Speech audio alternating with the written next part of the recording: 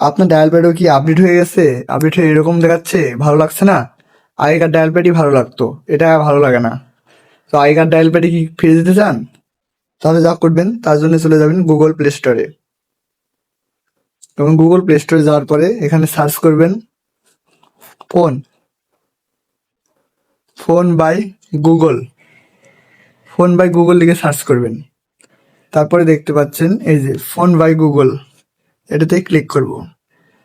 তারপরে লেখা আছে দেখো আনইনস্টল, আমাদের আনইনস্টল করে দিতে হবে। আরেকটা কথা খেয়াল রাখবেন, এই যেখানে থ্রি ডটে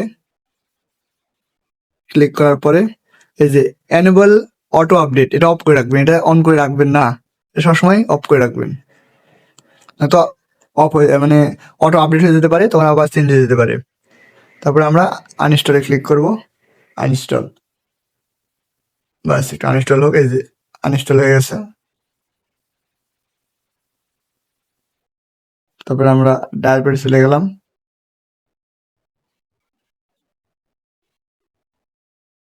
দেখতে পাচ্ছেন আমার নতুন, আমাদের আগের যে ডায়াল প্যাড ছিল সেরকম হয়ে গেছে। এখন আর নতুন ডায়াল প্যাড নেই, আগেকার মতনই হয়ে গেছে। এই ডায়াল প্যাডটা আমার কাছে খুবই ভালো লাগে। আপনাদের কাছে কেমন লাগে অবশ্যই জানাবেন। ধন্যবাদ।